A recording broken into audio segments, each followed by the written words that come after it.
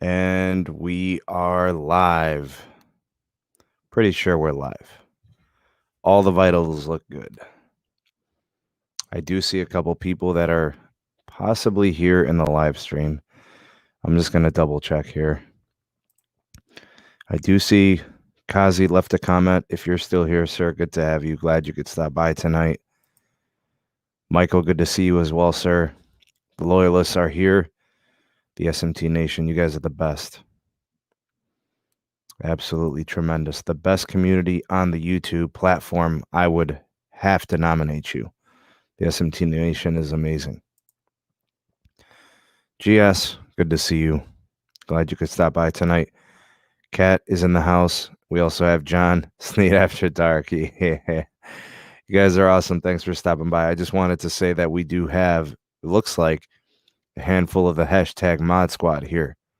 So anybody out there with, different plans of what they wanted to do, and slow your roll. The goons are here. Tarek, good to see you. Had a cousin, good to see you, man. Glad you could stop by tonight to, tune in. Max, good to see you as well. Let me know how my audio is. Let me know if my video is good, just to double check before we really get things rolling here.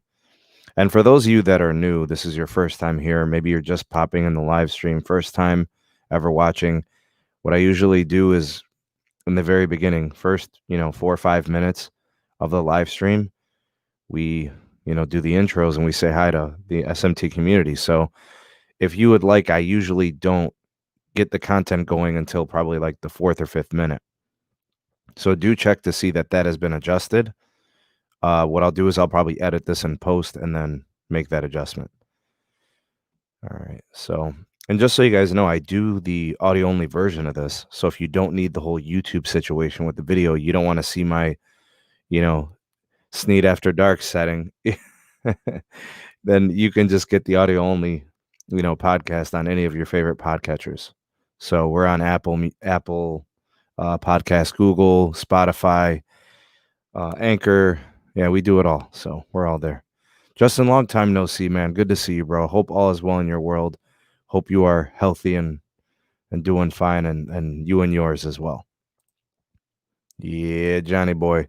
Technoid is in the house. Yeah, going solo tonight, buddy. Going in. Hey, Joel, good to see you, buddy. Glad you could be here tonight. Audio and video is good. Excellent. Thank you. Thank you, Kat. T-Mobile taking over 2021. Nice. What's up, MS? Good to see you. Joeseph says, all good. Thank you. Audio is great. Hey, happy Thursday, Nimmer. Thanks for the comment. Appreciate you chiming in. Let me know. T-Mobile T-Vision already under flak. Wow. So, yeah, it looks like the situation right now, there's problems with the app itself, from what I understand, like the functionality of the service. And then the other piece I'm hearing is programming partners are having problems. So, I don't know. I don't know what's going on. They'll work it out, man. It's a new service. A lot of people want everything working perfect instantly. I don't know how realistic it is to have those types of demands, but I'm sure the kinks will get worked out. The programming thing is a little concerning. Like the whole problem with discovery, and stuff like that. Those are contract issues that could linger and be a problem. So I wouldn't downplay that. That's more of a problem. The kinks and the apps and the streaming part, that can all be worked out. No OnlyFans. Come on, Diego. Alex, what is up, man? Oh, come on, man. You the worst, man. Come on, bro. Hey, Dalvin. Good to see you. Hey, no problem, Justin. Good to see you, though, man. Bruce, my dude. Hey, man. My brother, Jose O'Kadeen. Jericho, and what is up, broski? T-Mobile fan says Verizon borrowed $12 million for C-band. T-Mobile borrowed 4.75. AT&T crickets. We're going to talk about that a little bit, bruh. $10 is too good to be true. The TV companies are greedy. I mean, come on, man. They're in business to make money. I mean, there are some programmers that are a little expensive, but honestly, that's just kind of the nature of the business, Roberto, good to see you, man. David, Gene, good to see you as well. Glad you could stop by tonight. All right, so we already got like 44 people here in the live. I mean, we can get started, right? We're like 5 minutes in, and that's what I said I would do. All right, so before I get going with tonight's podcast, I would like to give some people some special shout outs. We got some new members of the Patreon page. I want to give them a special shout out. Also, a big shout out to all the legacy members. You guys are awesome. The entire Patreon community. You guys have supported me through thick and thin, continuing to support with donations, to keep the channel going, keep the content going strong. So a special shout out to you. If anybody is interested in becoming a member on the Patreon, all it takes is a small donation. We do $1, $2, $3, and $5 tiers, different levels of access. You get exclusive content. There's live streams, there's podcasts, there's weekly uploads, there's early access. There's a lot there. Consider becoming a member. There's a link in the description box for that. Also, we have the Twitter handle at SneedTech if you would like to get involved with the conversations on Twitter. I do post the videos as well. So there are certain times where, YouTube notifications are being crazy and they're not really working or they're late. And in some cases, people are getting unsubscribed from the channel, and that happens. So if that's the case, follow me on Twitter. Get those notifications when I do send them out, and you'll be the first to know when those videos are live. And yeah, and then of course the audio only version of the podcast, I have all the links down in the description box as well. There's ways to donate down there if you would like to. Appreciate it, but nobody has to, of course. Tough times, tough economy, but some people ask and they like to donate. So if that's what you want to do, get a special shout out for donating. Thanks in advance for that. And of course, super chats, greatly appreciated. So let's get the show going. I named this podcast with a specific intention of what I wanted to do in covering the content of the nature of this. So you guys know how I am. I am not partial to any carrier. I do not have any affiliations. What you get out of the SMT is an objective view from the outside looking in, the consumer perspective. And then we kind of try to take a look at the executive side a little bit. We look at the network side, obviously, and then the consumer side, of course. So I'm not an investor. I do not own shares or stocks. I have no money in Verizon. I have no money in AT&T. I have no money in T-Mobile either. My money goes elsewhere. I'm invested in other things. I feel like investing in telecom could potentially cloud my judgment. So I choose not to invest. So that way, nobody would say, Sneed's invested in certain carrier X, therefore he's going to always kind of partially sway that way to try to, influence the public. It's not something I'm trying to do. I'm not trying to live that life. It's too hard to be objective when you got a dog in the fight, right? It's like having your best friend running a telecom and then you got to report on telecom, right? That just can't be that way. So what you're getting from me, I do my best to be objective. I try to analyze things, as critically as I can, consider all angles, shoot it straight and live with the results, and, I know, there are some people that don't like that because they want me to take a certain side, support a pink thong or a blue thong or a red thong. I'm not doing it. Just not going to get it, so I'm going to do my best to bring it to you the best always. So putting my best foot forward and trying to be as objective as possible. All right, so what I'm going to do is I'm going to focus on the theme of the show tonight, which is don't listen to what carriers say. Just watch what they do. And I'm going to explain what that means and why I deliver it that way and why I say it that way. Okay. So in today's show, with the theme being, don't listen to what carriers say, listen or watch what they do. The problem with what carriers are going to tell you is the carriers are going to tell you how great their network is, which may or may not be true. And in some cases, it might be true, and in some cases, it may not be. Carrier coverage all depends on regions and segments of the country and how well built out it is in a certain place. Their networks could be very strong in market A, struggling in market B. Some markets have trouble with capacity issues and they're congested. Some markets have coverage issues where they don't have enough tower sites or microcells or whatever the case may be. So that being said, carriers are going to tell you that their network is perfect. Their business model is perfect. Everything is rosy and fantastic in their business, because what they're trying to do is they're trying to convince investors to continue to pour money into their company. And they're also trying to convince wireless customers to either stay with their company, continuing to spend their hard-earned money, or to move and switch carriers from another rival competitor. So Verizon's trying to get AT&T customers to switch to them. T-Mobile's trying to get, AT&T and Verizon customers to switch to them. It's how it works. It's competition, right? So the bottom line is you have to sift through a lot of what they are telling you, because a lot of what they are telling you is what they want you to know and not necessarily what you need to know. What you need to know is the truth. What you need to know are the facts.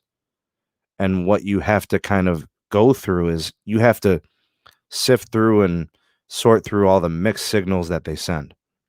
Because a lot of times what they're saying and what they're doing don't match. And we've seen that time again with all of the carriers. There's not one particular one that's honest. There's not one that's particularly straightforward and transparent. It's just not going to happen. All right. Even the most, I don't know, the most innovative of wireless telecom CEOs has been known to kind of embellish and stretch the truth in the effort to try to, keep the company looking a certain way and performing a certain way financially. So I kind of framed that now because that's how I want this podcast to proceed, with that in mind. So what I'm going to be focusing on today is we got tons of news out of Verizon today. We've frequently get news and tweets and information from T-Mobile. They're very loud and a very vocal and announcing type of carrier. They've been that way since John Leisure, right? So good to see you, Sean. Glad you could stop by tonight. The carriers each have their own different approach. Some have loud CEOs, some have philanthropist CEOs, some have, uptight and Eugene CEOs. So what we're going to do today is we're going to take a look at Verizon and we're going to analyze what they are saying and what they are doing, and we're going to see if it matches. We're going to see if it holds up. Okay, so the reason I wanted to time this today, and I'll do another podcast later on in the week. I might do one tomorrow night, and it'll be more of the general one. Maybe I'll bring guests and stuff like that. But what I want to do with today is Verizon's CTO, CEO, executive team, and their network management, their network executives, offered some really interesting commentary on all of the network expenditures, the network approach, how they're going to build out 5G and what their current iteration of it is and what it's going to be. That information is really insightful because it tells you what they want to do and how they're going to do it. And then we kind of look to see what exactly are they doing that matches with that, because sometimes what they're telling you doesn't match what they're actually doing. So let's see how Verizon holds up. The first comment that we got from Verizon's CTO was on their sub-6 gigahertz network performance, in which they are using DSS, which stands for Dynamic Spectrum Sharing. I did a video on this at some point earlier in the year or last year, I forget. But basically what it does is this is a technology that allows spectrum assets on the same band. In this example, it's band 5, which is 850 megahertz frequency spectrum. So it's low band, band 5. It's shared between LTE and 5G NR. So DSS has been poo-pooed by, T-Mobile. They're in a position where they're not really going to DSS for a while. They don't have to. But DSS is a proposition that pretty much every carrier is going to have to do at some point. Verizon went ahead and did it. This is all part of Big Red's early 5G deployments. Meanwhile, they're building out their millimeter wave network, which is going to be time consuming because it involves installing a lot of nodes. Typically, the nodes only work block to block. Sometimes they work for a couple of blocks or 3 blocks. Depends on some factors, line of sight, whether or not beamforming technology is involved. If there's going to be repeaters installed, that helps with signal propagation and strength and distance. So it's a wild card, and that technology still has to mature, and that's going to take time to deploy. So, in a virtual meeting with Verizon's executives, analysts, and investors on Analyst Day, got to hear what the big red carriers executives were talking about.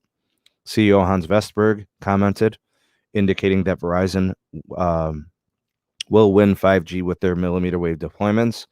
For those of you that know that branding, on devices, it'll say 5G ultra wideband or 5G UWB. They will continue with its award-winning LTE network operating in full strength. Questions arise here. I think as millimeter wave is a very time-consuming approach and something that's going to take patience, and even with Verizon's big money spending, it's going to take some time. I mean, they are deploying at a pretty rapid pace, at least for millimeter wave standards, but it's challenging, right? It's not easy to do. They're not really going on macro sites. You're not going to see many millimeter wave nodes going up on towers or even on rooftop sites for that matter. They're mostly going to be put on these light poles and these power poles and stuff like that. So, it's a time-consuming approach to do, but it offers amazing capacity, and they think that it's going to really be a distinguishing factor of their network. It's really going to make a difference for them. So it's going to take a while to build and scale, get that footprint to be on a substantial level, so that's going to continue to be going on. Analysts also kind of poked fun at Verizon for the pace of the build. There was actually like some kind of an image or a diagram that came up, a bar graph, but it didn't actually have any quantitative data on it. It didn't have any numbers. It just had bars with like months. So I know that Walt Pychek was making fun of it and teasing them, and rightfully so. You would think that a company would want to put up some data. Maybe they were trying to hide that data, keep things on the down low, but, I personally would have appreciated it. So anyway, something to kind of think about is Verizon also mentioned the pandemic build out for Verizon has been pretty unique. All of the millimeter wave build outs have been kind of rearranged and shifted. So initially everything was like dense urban settings where a lot of people congregate and you really need the capacity. And those builds and that pace and that placement had to kind of pivot a little bit as people kind of shifted to stay-at-home models for work and education. So what they started to do was in suburban and neighborhood settings, we're starting to see more of those millimeter wave nodes going up. I can tell you in the suburbs or on the CLE, I'm seeing them more than ever. And I'm still seeing them in neighborhoods in the urban areas. So I'm still seeing a fast, rapid build out, and I'm seeing improvements and deployments at a pretty feverish pace. It's just not in cities. We're seeing it in urban, suburban, and neighborhood settings. So interesting, they actually continue to speak about LTE. If you thought that LTE was done, no way, and Verizon's kind of proof of this. They're continuing to add carriers to sites. And that's been the focus of their upgrades on tower sites, along with the CBRS Carrier Edition, General Access. We're talking about unlicensed spectrum. And soon to come, we're going to be seeing their licensed spectrum as well. So if you can kind of imagine, if Verizon leverages, 40 megahertz of unlicensed CBRS and then 30 or 40 megahertz of licensed, you've got two pretty high potent, larger channels that you can aggregate with your more traditional PCS, AWS type connections like band 2 and band 66 and a low band possibly, however they choose to configure it. So they can continue to do 4 carrier aggregation configurations. Who knows? Maybe they'll add a 5th carrier in all of this. We'll have to wait and see what their approach is there. But I thought it was interesting that Verizon still will continue to build its millimeter wave in dense urban areas and in the, the neighborhood settings while this pandemic thing is still, a situation that continues through the near future. And, they're obviously, they had to comment on the DSS, so if things are looking rosy on the millimeter wave side, the DSS side, they had to comment, and they did, and they spoke to it. Verizon network executives did admit that the LTE 5G inefficiency was something that they've been monitoring, but they followed it up by saying the capacity is where they need it to be, and that the 5G data that's coming back from the DSS utilization is showing a net increase in capacity while it's running 5G on DSS as opposed to LTE. So although they're only DSSing over band 5, so it's doing N5 and LTE for band 5, they're seeing an improvement in network performance overall. And they say that the Ookla speed test data does prove it. So this is obviously something they wanted to make sure they mentioned. It's all part of the 5G progress. Verizon did say that they're still optimizing the DSS technologies. So expect improvements that should get better with time. And obviously that's what we want to see. If you're a Verizon customer, you're happy to hear that. It's unrealistic for you to think that it's done, right? It's going to take time to develop and get better. So to kind of follow up, they also mentioned the standalone 5G core. It is set for a 2021 launch. I think that's pretty interesting. And it's good that they threw that in there, because if there was something like a hiccup, we would want to know as customers. So things seem to be pretty good over on the Verizon side. If you're listening to them, right, they're telling you all the things you want to hear and everything is rosy. Yeah, buddy. Hey, Adam. Some nice warm tea. Gotta keep the whistle wet. What's up, William? I see you, Michael. Glad you watched the video. Oh no, Michael, they have no intentions of doing anything with their wireless assets. They're not getting rid of any of that. Oh yeah, Ryan. They are everywhere. Yeah. And the thing, like a network like Verizon's, where they're trying to offload as much LTE traffic as they can, they're just going to put those things everywhere the city lets them. And I think the Midwest deployments, so like in Detroit, for example, where you are, that's what I'm seeing in the CLE too. I'm seeing it in suburban. I'm seeing it in urban. I'm seeing it in the near west side, the far west side. It's everywhere. Near malls, near apartments. I mean, they're putting their millimeter wave wherever they can. Hey, what's going on, William? Good to see you, man. Sean, I did see you come by earlier, man. Good to see you, broski. Big shout out to Sean. Nah, you're not late, man. You're always on time, dog. Yeah, buddy. Oh, and notice, right here, got the logo.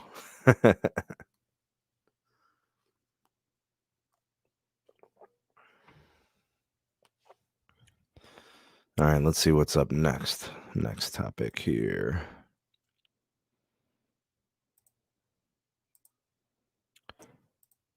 All right, this next item, we'll keep it going here with Verizon as we kind of go through everything that we've heard and learned from Verizon over the last, 24 and 48 hours. We're going to do a little bit of predictions. We're going to do a little bit of analysis of some stuff. So one of the things, and I definitely have to do a video on this. I have to, because I think a lot of people are sleeping on them. Big Cable, they are adding customers. They're adding like 500,000 customers every quarter. So if we take into account Charter, Comcast, Altice, those big cable operators that are now dipping their feet into wireless telecom. So what they have is they have MVNO agreements with carriers, with the big MNOs, mobile network operators. So Comcast and Charter both on Verizon, I believe. Altice, I think a combination of former Sprint, which is now T-Mobile, and AT&T. If I remember, it was like AT&T for calling, and I remember it was like Sprint for data. So now it's possibly kind of moved or shifted over to the T-Mobile network. I'm not really sure. They don't seem to add as many customers. I think they added like 20,000 subscribers last quarter. But Comcast and Charter, big gains. We're talking like 250,000 subscribers every quarter for like the last 2 years. Both of them have exceeded 2 million customers, I believe, in wireless.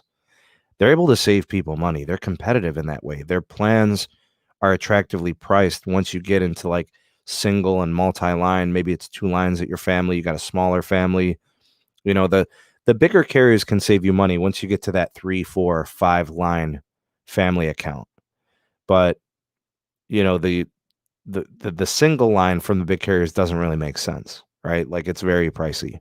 Doesn't make business sense. It's expensive. So a single line on Verizon's premium offer is like $100 if you get a 1080p add-on or something like that. I do think that even their entry level single line is like $75 or $80 or something like that. I don't know. Now, when you get into the multi-line, you start to save money. Same thing can be said about a company like Comcast or Charter with their Xfinity Mobile and Spectrum Mobile. They're working on the Verizon network. So Verizon's still getting a piece of that, right? It's just not as profitable as their own postpaid. So they're going to give you a collected network that runs on Verizon as a backbone for LTE. They also have 5G access. They're also going to give you their network of hotspots, so you'll connect to their open Wi-Fi's open for their users. However, they configure that with their SIM cards or whatever. So it's a unique situation. Verizon did comment saying that their relationships with big cable have been renewed moving forward. The relationships are strong. The business end is very good. These are good wholesale scenarios for Verizon in which they can continue to kind of develop that revenue stream. They'll continue to offer those services to those MVNOs that are going through big cable. And I think that's good. Just continues to keep customers on the network and them generating revenue. So good for them there. Also, we learned, and this was just today, I think the story today or yesterday, Verizon Wireless and Amazon Web Services have continued to develop and blossom in their relationship. They are now testing autonomous vehicle driving applications. They are testing connected vehicles. They are doing like real world testing. They are leveraging all parts of the Verizon Wireless network in this testing moving forward. This particular testing element was, I think, a focus on millimeter wave. I'll get to the frequencies and some other metrics in a moment. But the testing was done in Dallas, Texas, and Miami, Florida. This is important because these are 2 new markets that previously were not, part of the testing bed. So Atlanta, New York City, Washington, D.C., Boston, and San Francisco in the Bay Area have already been, part of this testing bed and part of these beta tests. Verizon has admitted that they are going to be having the testing in, I believe, an estimated 10 cities by the end of the year. So they had 5 before. Add these 2. We got a few more coming. All right. So expect some cities. And who knows? Maybe the city comes to, the service or testing comes to you. And that might be a service that's going to be one of the first or the early adopters of these technologies. Now, for those that know how these types of technologies work, you're probably familiar with mobile edge computing. What companies called the MECs, these mobile edge computing services. The goal is to reduce latency to the point where it's basically an instantaneous connection. So what you're trying to do is you're going to try to drop the latency or the ping down to like non-existent numbers. So like sub 5 milliseconds, sub 3, sub 2 milliseconds. Get it down to 1 millisecond, right? Instantaneously connecting. So what they're going to try to do is they're going to try to like find all these different strategies and technologies where they can eliminate steps in the network, like direct connection. So increase data speeds, reduce the latency using Verizon's 5G Edge is what they're calling the technology. And the millimeter wave spectrum that they're using is 28 gigahertz and 39 gigahertz. This is the same stuff that they've been deploying in neighborhoods and urban areas near people's homes and so on. Same stuff. So vehicles that are being tested apparently have like 100 sensors connected to them. So you could see how important these connections are, right? So all those sensors need to be in constant communication with the modems. And they were saying that Verizon does have a proprietary modem that's being used for these testings and these services. So by kind of removing the cloud native connectivity, they basically are skipping a step and they're they're able to get those really low latencies and the increased speeds that way by going with these, near site data centers and stuff like that. All pretty amazing and pretty smart. I'm very excited about that technology. I'll be watching it. I know a lot of people aren't big fans of autonomous vehicles, but it is going to happen. It is going to be a thing.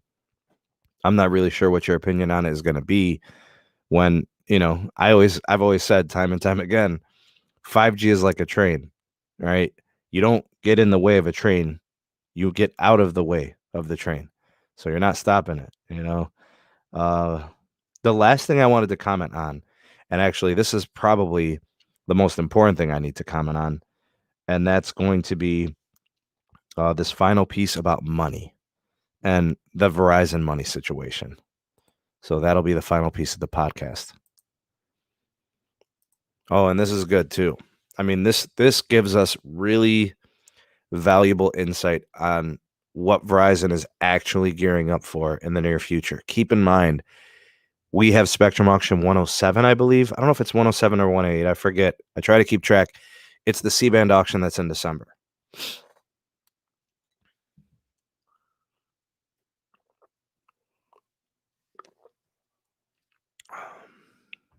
Green tea. Good stuff. All right. Oh, hey, Joeseph. Good to see you, buddy. Thanks for stopping by. Yeah, Landon. Yeah, that's right. Very AI oriented, very automated. Absolutely. Let's see here. All righty. So with this last piece of the podcast, what I want to discuss is what Verizon is doing to prepare. Oh, Jamaal, good to see you. Glad you could stop by, man. Long time no see. Hope all is well in your world. Good to have you, man. Glad you could stop by and check out the show. Longtime supporter of the channel, big part of the community. Thank you for all that you do, man. All right. So when I look at what Verizon is doing, they actually just completed a sale of $12 billion in bonds. So this is an indicator that they are going to do two things. Under normal circumstance, it would only mean one thing. But because of the timing, it means two things. Okay, so wrapped up in this bond sale, there were several banks because that's a big chunk of money. I mean, how many banks does it take to do $12 billion in bonds in a sale? Apparently like 5 of them. If you guys remember, the T-Mobile and Sprint merger was like a $26 billion sale. And I'm pretty sure there were about a dozen or so banks involved in that deal. So just to give you some, understanding of the scale of these transactions, it's a big money grip right here. So the banks involved were Bank of America. That was the first one. The second was Citigroup. Goldman Sachs was in there. That's the third. And then also JP Morgan, Chase, and then Wells Fargo. So we got like 6 banks in this $12 billion deal for these bonds. Okay, so these $12 billion in bonds were part of 5 transactions. And within those 5 transactions, you're probably asking yourself, why 5? Why so many banks?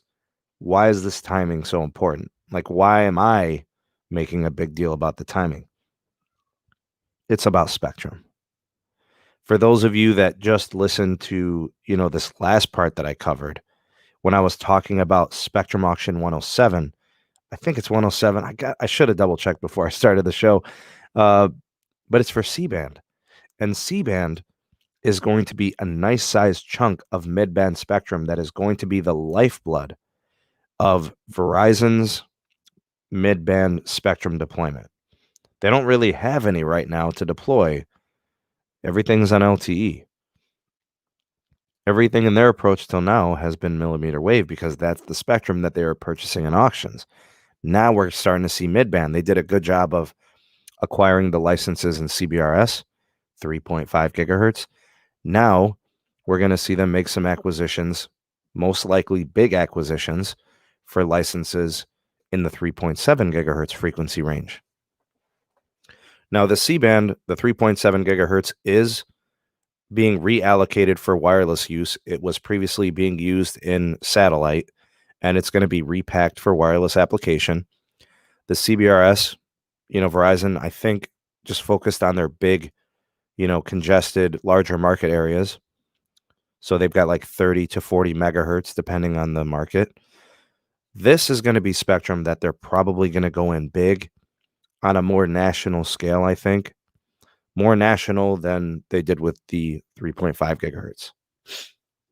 So, that being said, it is expected that Verizon is going to spend huge money because they haven't spent on spectrum in a long time.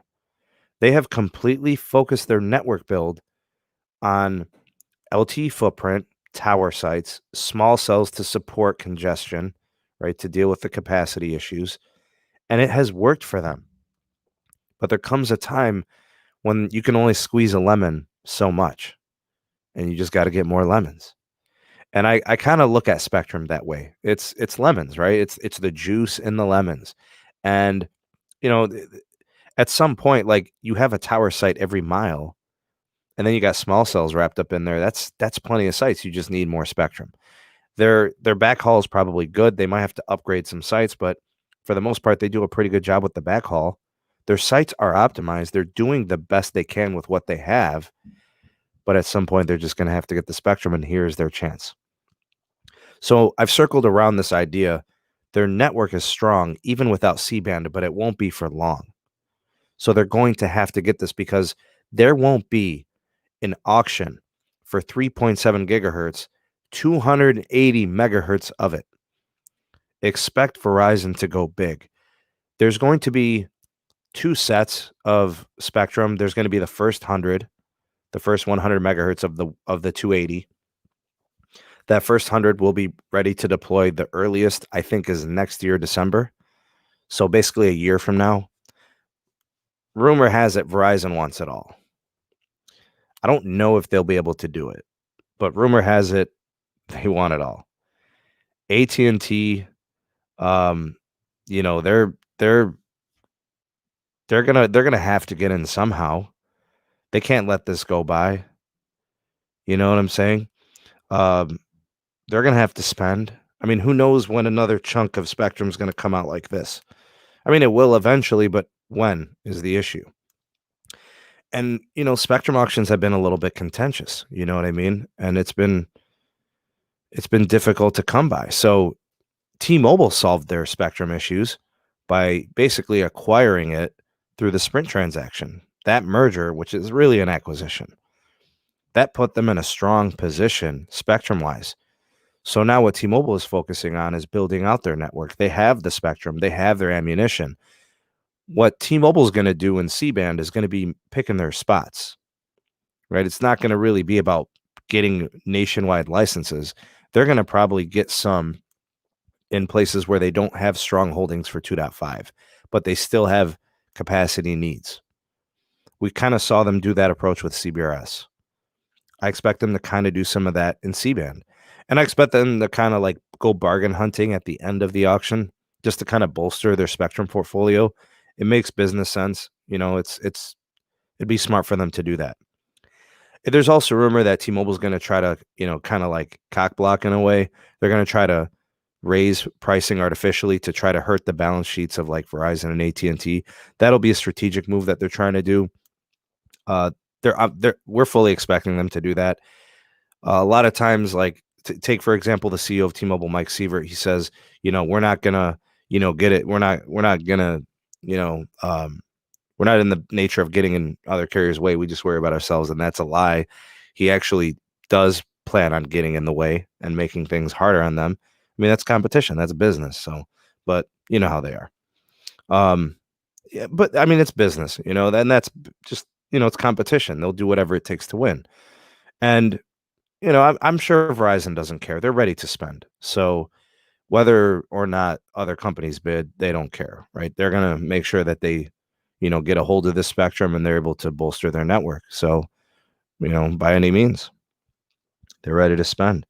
So Verizon is going to focus with this $12 billion in bonds. this is setting them up, preparing them for the Spectrum auction in December, which is just a few weeks away. It's December 8th. You guys got to keep in mind, it's November 12th at the time of this recording. We're talking 4 weeks, right? So it's just around the corner. They're also going to pay off some debt with this. Any outstanding debt that needs to be addressed immediately, they can do that with these funds. From what I understand, there was a $2 billion transaction in this that's got a 40-year security with a 1.3% yield. Tremendous. That person's getting paid with a nice percentage. Anyways, C-band, here we come. Verizon is ready. They've positioned themselves well for the transaction, I would say. I agree. I think expect Verizon to spend at least $20 billion. At least $20 billion. We'll find out in a few weeks, right? We'll probably have to wait a couple of months. My expectation is that probably sometime late January, early February, we'll find out how much each of the big carriers got and where they got it. And I feel like the PEAs or the PALs, the areas where these licenses can be, transmitted, I feel like they're pretty large size, footprint areas. So we're talking about, like county-based access areas. So, yeah, expect Verizon to go big, address their congestion issues, build out their capacitive mid-band 5G portfolio through C-band, as well as their CBRS footprint. They're going to continue to build out millimeter wave. They say they're not going to stop that. So the name of this episode is Don't Listen to What Carriers Say, Only Watch What They Do. Let me tell you what this means. Verizon is saying millimeter wave, millimeter wave, millimeter wave. But if you look at the timing of this bond sale, it's clearly and obviously about mid-band Spectrum Auction 107 for the 3.7 gigahertz C-band. That's why I'm saying don't listen to what they say, watch what they do. Same thing with T-Mobile. They tell you things and they tell you what they want you to know, but that's not necessarily what they do. We've seen what they've actually done. They'll say we're doing this, this, and this, and some of it could be true, but you got to sift through it. Watch what they do. AT&T, for the most part, they're pretty straight up. What they say they're going to do, they do. And for the most part, Verizon and T-Mobile, they tell you, yeah, they end up doing it. But they exaggerate, they embellish, and sometimes they lie about the pace, and sometimes they exaggerate the truth. That's why I'm saying everything Verizon told us at the, investors analyst meeting today, this virtual meeting, you have to kind of sift through it because they never talked about mid-band. And they never really talked about 5G outside of millimeter wave. But in actuality, everything they're going to be focusing on in the next month is about mid-band. And their network has been a focus on tower density and tower grid. No matter what anybody tells you, T-Mobile tweets out, we got the most 5G coverage. We got this, we got that. It's all fine and dandy. It's not what I'm arguing here. Nobody has a tower density like Verizon. So once Verizon gets mid-band, you're going to see a more level playing field, right? T-Mobile is going to be building out their mid-band 5G. AT&T and Verizon will be building out theirs too. The only reason Verizon is emphasizing millimeter wave now is because they have to. They have no additional mid-band to deploy for 5G. And they also have to DSS their 5G because of the situation that they're in currently. But the thing about this is all the carriers have the same end game. A lot of people don't understand this. For the T-Mobile shill or the T-Mobile fanboy or whoever, or the Verizon shill or the Verizon fanboy or the AT&T shill or the AT&T fanboy, all the carriers have the same end game. The same thing. They need low band for coverage. So I think I probably need some new moderators. I'm not sure why you guys aren't getting rid of, This guy. All right. Well, see you later. The end game is the same for all the carriers. And moderators, you've been warned. I might need some new moderators. You should have had that guy out of here quicker. As I was saying, the end game is all the same for all the carriers. Verizon's doing millimeter wave now because there's nothing else to do for them until they get mid-band, right? Low band is a thing. You need coverage. Mid-band is a thing. You need capacity and some coverage. And the millimeter wave is a thing. You need capacity. Every carrier is going to do this. They're just doing it at a different time. It's not even really the pace necessarily. It's what you got at that moment, right? So my point is that 3 years from now, 5 years from now, what we're going to be seeing are some really high capacity networks because the spectrum is going to be getting deployed and more of it is coming to the market. It's something to celebrate. But for the time being, here's how I'll conclude. Verizon is telling you that they're only focusing on millimeter wave. It's not the truth. The truth is they just freed up a bunch of money to buy C-band. Mid-band will be a huge part of what they do in the next couple of years. CBRS will dominate their next year. C-band will dominate their next few years. It's going to be a big part of what they do. For anybody that thinks Verizon is only focusing on millimeter wave, you're falling for the okie doke. Magic illusions.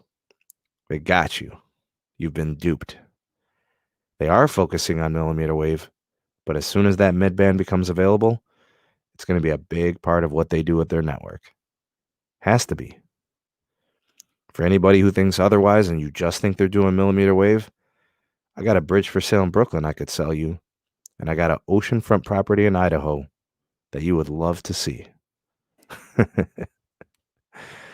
So, yeah, I think that'll conclude the audio only version of this podcast. Thank you for listening, and we'll catch you guys on the next episode. All right, let's focus on the YouTube side.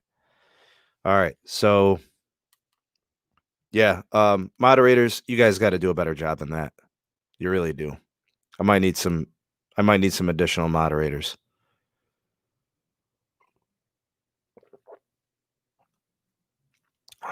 We don't need any lames up in here. We don't need any losers. Just get them out. Don't be bashful. Worst comes to worst, you kick somebody out, I can always bring them back in. Just kick them out. That's right.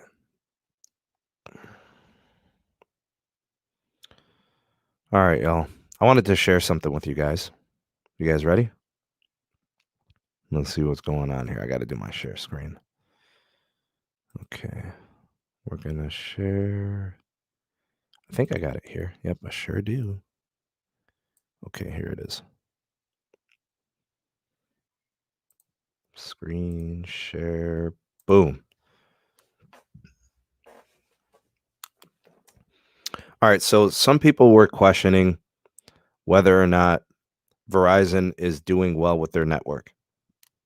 I just want to show something to you guys. And it's true.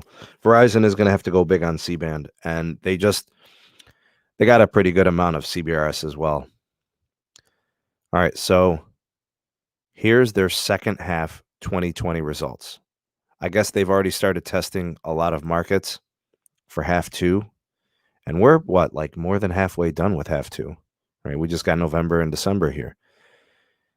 I want you guys to take a look, and I want you to see the network score. Now, if you listen to carriers, if you listen and look at all the tweets from T-Mobile, or you listen to AT&T and Verizon, you have to kind of like tune them out, and you got to look at the data. So here's what the data says. For the second half of 2020, we've got dozens of markets already collecting data points with some numbers and data. Akron, Albany, Albuquerque, Allentown, Antelope Valley, Atlanta, Georgia, Austin, Texas, Bakersfield, California, Baton Rouge, Louisiana, all indicating that Verizon has the fastest root metric scores in those markets. One market of these first dozen or so is shared with Albany, or is shared with AT&T, which is Albany. I don't see, here's Charlotte, North Carolina, where it says AT&T is the best. They're all red. A little bit of blue sprinkled in there. It's all red. A little bit of blue. Red, red, red. Red, red. Red, red, red. Red. All of it. I don't care who's winning. I'm not invested in any wireless carrier. What you're getting from me is data from root metrics. I don't invest in carriers. I pay my cell phone bills. I have a line with all the major carriers. All I'm saying to you is find data for you to analyze, critique, and inspect, and make judgments based on network performances that are being measured by third-party companies that don't have a dog in the fight. Verizon, AT&T, and T-Mobile pay root metrics so that root metrics can pay their employees to go out and test all these markets. Here's what I want to tell you about this data. This is this for second half 2020. This is telling you what the carriers are doing right now. I'm just going to click on Youngstown, Ohio. It says Verizon is the best. Look, Verizon scored 98.8. That's a really good score. AT&T is behind, not that far behind. They're at 95.6. T-Mobile's way back. Maybe that's a bit to be expected, right? T-Mobile is still kind of in merger integration. So it's not that I'm giving T-Mobile a pass. I'm just saying it's something to consider. It's a factor that's going to go into their performance. So this is so far the second half of 2020 root metrics report for Youngstown. All right. Let's pluck another place. Let's do Stockton, California. Verizon 99.3, AT&T 96.9, T-Mobile 93.8. T-Mobile is better in Stockton, California than they are in Youngstown, Ohio. That's good. But Verizon is still leaps and bounds better. And it has to do with their tower grid. It has to do with their overall network coverage. They've got a lot of tower sites. It alleviates congestion. It allows more users to be spaced out on a network. Less users per site, thus improving their performance. So what you notice is Verizon's signals are always strong. Verizon's call quality is very good. You don't, drop signals, drop calls. That's why Verizon always wins root metrics, because they know how to score well on root metrics, because it's how they build their network coverage. All right, we're going to pick one that is shared between multiple carriers for best performance. Springfield, Massachusetts. Never been. I have no idea where this is. Verizon 96.9, AT&T 96.6, T-Mobile 85.4. So my point is, in this place, Verizon and AT&T are far beyond T-Mobile. I'm telling you guys, it might be the network integrations, and that's perfectly understandable. This is not a bash session on T-Mobile. This is actually me. I'm actually being a T-Mobile apologist. This kind of shows that their network has taken a hit since the merger integration. They've added more Sprint customers onto their T-Mobile network. I think all this is actually expected. A year from now, I think these metrics look a lot different. I think a year from now, T-Mobile is winning a lot of these places when it comes to network speeds and capacity. That's just what I think. My prediction is that a lot of these root metric scores are going to start looking like T-Mobile wins. All right. Let's pluck another one. Here's Rockford, Illinois. It's shared between Verizon and AT&T. Now we're talking. Look at Rockford, Illinois. I've never been. 99.6 rating from AT&T, 99.5 for Verizon. T-Mobile coming in at 98.1. Let me tell you something about Rockford, Illinois. Pick your carrier. Whoever gives you the best deal, whoever gives you the best perks and features and add-ons. Because those scores are all very, very good. Network speed, the capacities there, data performance, the call performance, all of them are excellent. That is a great place to have cellular service. If I was in Rockford, Illinois, I would have T-Mobile because they probably are the best priced out of all three carriers. Let's see what else we got. McAllen, Texas. Never been. 98.2 for Verizon, 97.7 for AT&T, 92.8 for T-Mobile. So not bad from T-Mobile, but it could be better. They got work to do in some of these cities.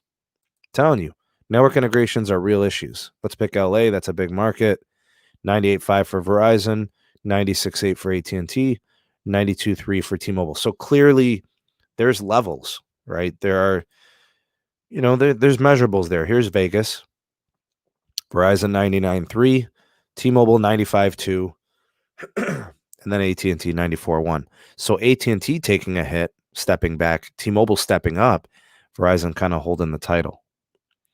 I advise you, if you are in the market to shop for a new carrier and you're thinking about switching, look up route metrics, look up, some real coverage maps. I do your homework, do your research, They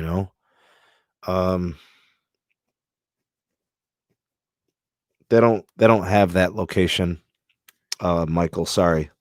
That's not on here, that market. So unless there's one that's close by that you want to ask, I could do it for you. No, Isaac, they test everything. They have 5G phones, so whatever 5G they connect to, they count all the data. It doesn't indicate anything of the sort. So if I look at because the reason I know that that's the case because Root Metrics just uses they use a consumer based SIM card and they put it inside of the phone. So these tests are probably being done with the new Samsung Galaxy S20. S20 Plus, whatever. Whatever, like this model year Samsung is what they're using. Omaha. Omaha, no data for second half 2020 for Omaha.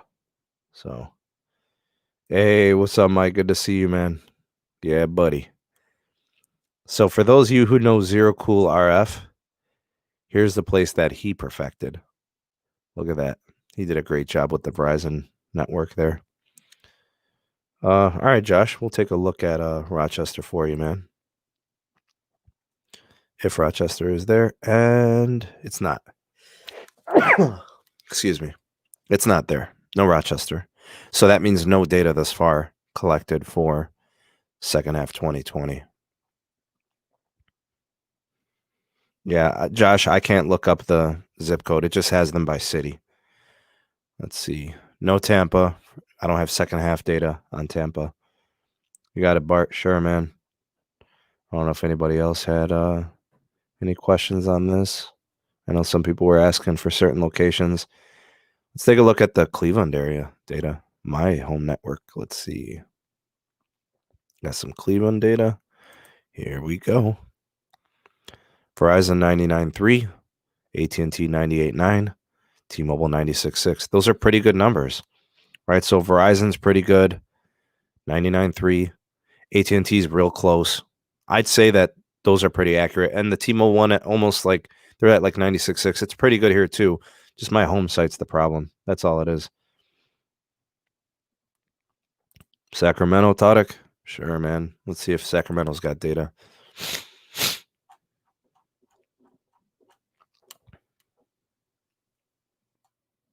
I don't see Sacramento data. Sorry, dude. San Jose, San Francisco, San Diego. They look like Verizon areas. Idaho, I'd like to buy that beachfront property. I don't know if they got any data for Idaho. What's the biggest city in Idaho? Is it just Boise still? I don't know. Let's see if we got Boise. Nope, no Boise. Nope, Chicago. Wow. All right, so here's something interesting. Look up and look at this. Chicago, Illinois is the place to be for wireless. Verizon 99.7, AT&T 98.3, T-Mobile 98. This is a great place to have cellular. Nice job from the carriers in Chicago. My goodness. Really good from all of them. See, this is a market where it doesn't matter which carrier you have.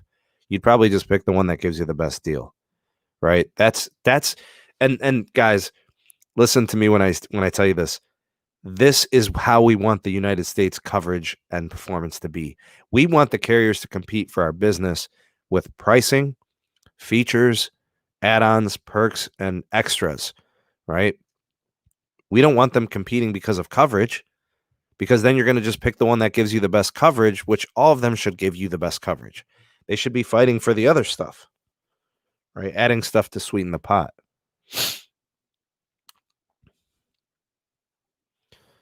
Buffalo, New York. Sure, I could check Buffalo for you. Buffalo. Yep, we got numbers for Buffalo. Verizon 98.6, AT&T 96.6, and T-Mobile 95.7. So Verizon's ahead in this one. The other two are still pretty good. So I would expect T-Mobile and AT&T to be similar. Verizon's got a little bit of a better performing network there.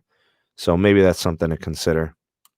But they both seem, they seem pretty close. I don't know. Did I see Tucson, Arizona? I don't know. Yeah, Tucson. We got some data. Verizon 99.2, AT&T 98.4. So those are both very good. The T-Mobile one's pretty far back at 92.1.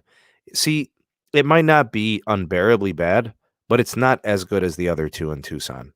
So I don't know. It might be, good in some people's experiences, but the data shows that it's not as good. Let's see if we can look at some numbers to see where they suffered. Network reliability is very high for the big two, a little bit back on T-Mobile there. Network accessibility, Verizon's big time in the lead there. The network speed for T-Mobile in Tucson is trash. I would ask you, Aaron, if you could comment on this. Aaron, if you have T-Mobile or have used T-Mobile in the past, is it really that bad for network speed? Aaron says it is so bad here. It looks like they're suffering from congestion. Really bad. AT&T and Verizon have incredible network speeds. Verizon has a 100 ranking there in Tucson. AT&T's 99.3. You could not have T-Mobile in Tucson. That congestion looks unbearable. That's a tough spot for T-Mobile. They got work to do there. Wow. Data performance is back. Call performance is decent. I mean, whatever. Yeah. Text performance is good. Cool. Wow. Tucson looks like a congested network for T-Mobile. So you could confirm that, Aaron? T-Mobile's bad there. Provo, Utah. Verizon City. Yeah, that's a Verizon market. We got Columbus, Ohio, because I can always confirm Columbus as well.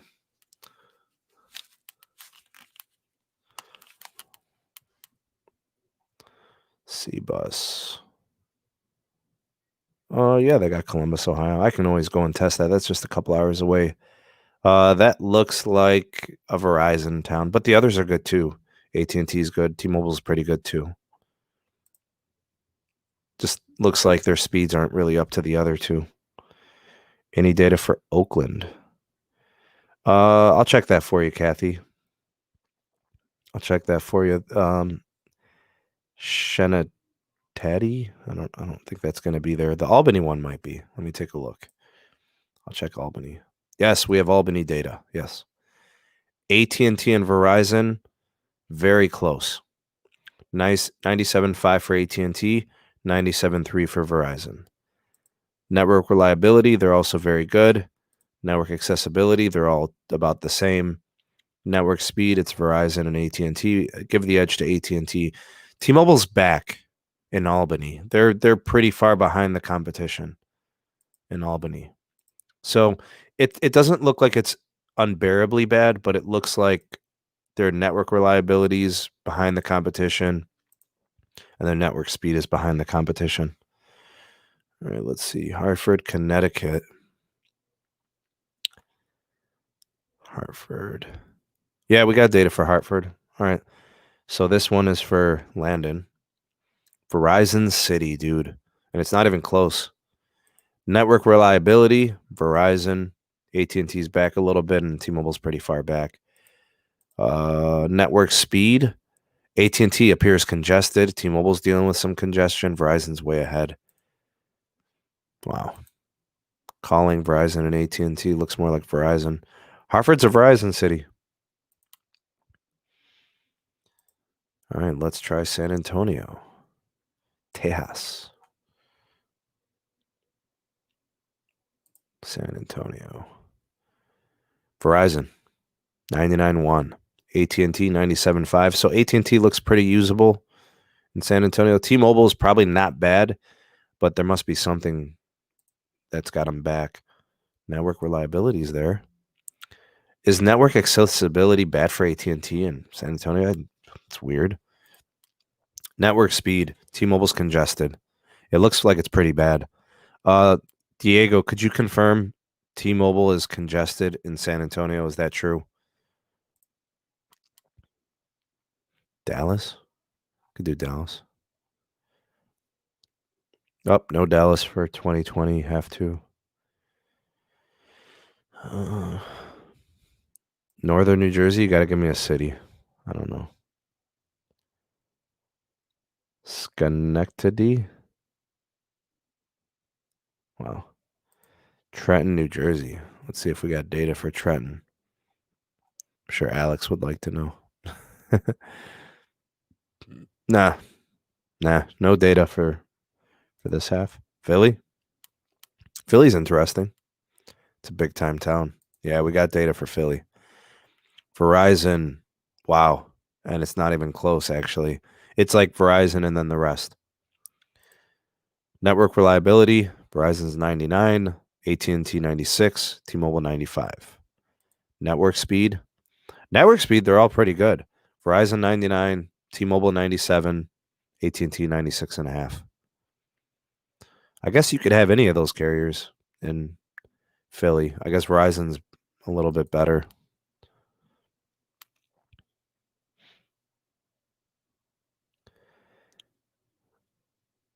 Verizon clearly paid root metrics. Patterson, I don't think Patterson is in there. Yeah, Patterson's not in there. Victor Valley? Never heard it. Oh, yeah, they got Victor Valley. Verizon. T-Mobile's way back. Network reliability, Verizon. Network speed. Okay, Victor Valley is trash for T-Mobile. You really can't have T-Mobile in Victor Valley. No way. That looks like a really congested network, dude.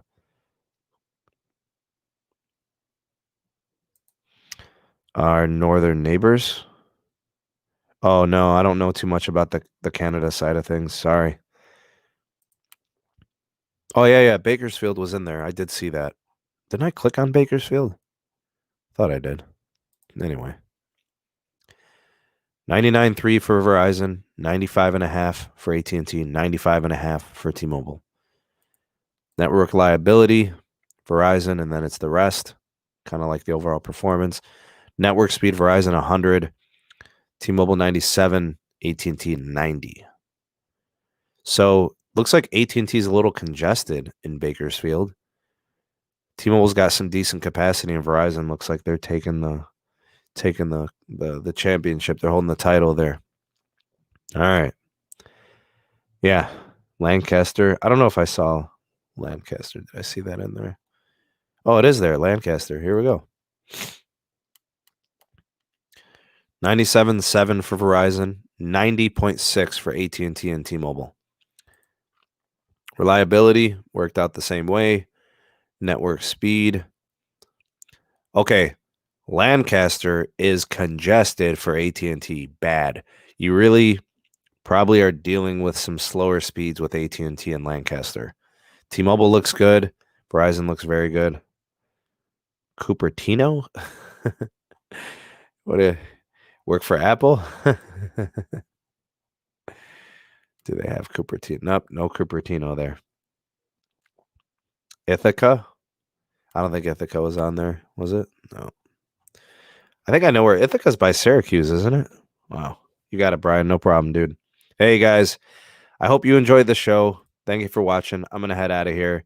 I don't know if anybody donated. I don't think I saw any super chats, so I don't have anything to to not forget. But thanks everybody for watching. You guys are the best. If you want to do me a favor, you can like this video, give it a thumbs up, share it to all your socials. Share it to Twitter, Facebook, Instagram, all your socials. Just blast it out there, put it out there. Friends, family, let them know about the channel. That'd be amazing. Also, I want to give a special shout out to all my patrons. You guys are the best. Thank you so much. For those of you that also provided, comments in the comment section here in the live chat, you guys are the best. Wow, 247 viewers. You guys are awesome, man. Thank you for supporting. Look, all you got to do is hit the like button. That's all you got to do right now. If all 247 of you hit the like button, you guys would make my day. And if all you shared it, it'd be even better. So thank you guys for watching. Appreciate it very much. I'm actually going to get off to bed. I got work in the morning. We'll do the show tomorrow. You won't miss me. I know you won't. Anyways, you guys are the best. I hope you have a great rest of the day. I wish you wealth. I wish you health. Hashtag Mod Squad. Hashtag Replay Crew. Hashtag 2Live Crew. Hashtag Ravioli Gang. If you're watching this while you're eating or you were hungry, you guys are amazing. Take it easy. Be safe out there. Be careful. And we'll catch you on the next one. Peace.